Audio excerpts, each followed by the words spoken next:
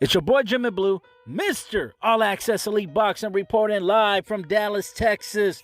I want to thank each and every one of our listeners today. Make sure to follow us on All Access Elite Boxing on YouTube. Hit the subscribe button. Make sure you're getting all your notifications, and also leave us a comment.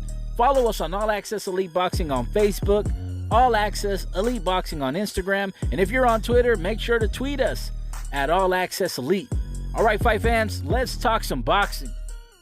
It was a hell of a weekend this past Saturday in San Antonio, Texas, live on DAZN from the Alamo Dome. We had the pound-for-pound king, Canelo Alvarez, who defeated in a masterful performance against unbeaten super middleweight champion Callum Smith. Canelo Alvarez ended up winning the WBC, WBA, as well as the Ring Magazine title. And of course, we ended 2020 with a bang. But one of the things, the great things about that particular fight was that Teofimo Lopez, the undisputed champion, was in attendance, and he was there to support his good friend Canelo Alvarez. You know, what I really liked about this from Teofimo is the fact that this wasn't a top-ranked card. It was promoted by Matchroom Boxing. I know a lot of times with fighters, you know, they tend to support one another as far as their stablemates or other fighters that fight within the promotion. And a lot of world champions, undefeated prospects, things as such, they don't like really going out. They don't really like watching boxing. They don't really like going and support other fighters. But Teofimo is different, man. He's special. I think he understands it. He understands the marketability side of promoting himself, of marketing himself, and really going out there, even during a pandemic, to meet with fans and engage with the people, man. He's the people's champion. And one of the very interesting things that I actually saw this past weekend on ES News, Ellie Setback, I'll drop the link in the comments, or excuse me, in the description, is he spoke with promoter Eddie Hearn. Now, for those that don't know, Eddie Hearn promotes WBC champion Devin Haney. He went up to Eddie Hearn and was telling him, hey, listen, we want to fight with your champion, and we want $10 million. We're the kingpin. We're the A side.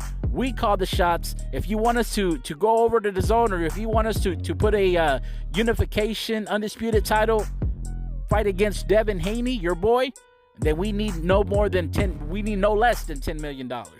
Which, you know, it's very ballsy, man, because remember, Teofimo Lopez is promoted by Bob Arum. This is something that, you know, a lot of times, you know, it's always said that fights don't happen on the internet. Fights don't happen, you know, in front of cameras. They happen behind closed doors. But if anything, in my opinion, Teofimo Lopez has learned from the past mistakes of Terence BUD Crawford. I mean, if we look at Terence and the situation that he is right now with Top Rank, or even when, you know, Bob Arum said, hey, listen, I'm not in the business of losing money. We've lost millions of dollars trying to promote Crawford, and that he hasn't, you know, helped himself. You know what I mean? He doesn't have that brand recognition other than selling out his hometown of Omaha, Nebraska. Now, there's no doubt that Terence Crawford is one of the best pound-for-pound fighters in the world. He's unbeaten, undefeated in the welterweight division, but everybody is clamoring. All the true boxing fans want to see him unify against Errol Spence to see who's the best. And with Errol Spence also was in attendance, said, hey, you know what? If Terence Crawford wants this fight, it's going to have to be in either a 70-30 split or 60-40. He's going to have to take what we give him. And that's the thing. Terence Crawford wasn't in attendance. You know, a lot of these guys will get on air. It doesn't matter if they're in a different network. You know, just to throw something out there, man. It's like it's like a chess move. You know what I mean? And it's like you know, just to get the other to react. Teofimo Lopez did just that, man. He went up to Eddie Hearn. He went up to a rival promoter and said, hey, listen, if you want us to fight, we need $10 million. And guess what? Eddie Hearn was put on the spot. Eddie Hearn said, hey, we can make that happen. Okay, well, shit, let's go to work.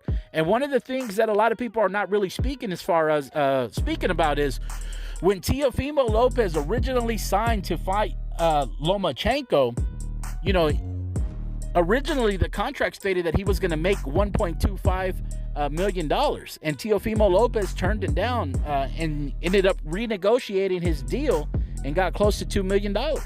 Now, apparently, after the fight, Teofimo and his camp mentioned that, hey, you know what? It was in the stipulations that had I lost against Lomachenko, I would have had to fight for less, and I would have had to fight another 3 or 5 more fights, or however long the extended contract would have been for him to fight for less money. Now that he ended up beating Teofimo, which a lot of insiders, a lot of boxing enthusiasts, and he, as well as he felt his own promotional company didn't feel that he can win, now, you know, he gets the last laugh because he's not fighting for anything less than $5 million.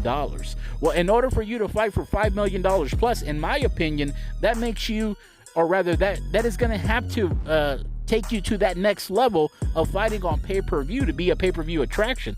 If you're demanding that type of money, the numbers will show, and the numbers will show in the pay-per-view.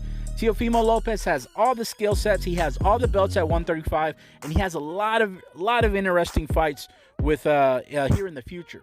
Ryan Garcia, Tank Davis, you have Devin Haney. You even have, throw some other prospects names in there. Shakur Stevenson, not prospects, Hector Tanahara. You even have prospect Gabe Flores. You have guys like Shakur Stevenson, who's a world champion at 130, willing to move up to 135.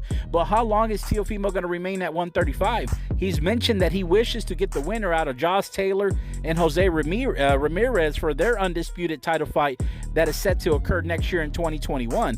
If Teofimo Lopez ends up getting the winner, and mind you, they're all within the top-ranked stable. If he gets the winner of Jose Ramirez, Josh Taylor, and if he beats and wins all the titles at 140, he would be, if I'm not mistaken, one of the only fighters in the history of boxing to win 2 back-to-back undisputed divisions, undisputed titles, to be the lineal champion at 135 as well as 140. But again, he learned from the mistakes of Terence Crawford. Teofimo Lopez, I applaud you. Go out there and get your money, young buck. Do whatever it is that you got to do, but keep it 100. Again, tell me what you guys think. You know, is Teofimo Lopez doing what it is that he needs to do to market himself? Should he have let Top Rank go in there and work out a deal on his behalf? Or do you guys agree that everything that he did up to this point is working? Again, drop your comments. Appreciate all the love and support. It's your boy Jim and Blue, Mr. All Access Elite Boxing, signing off.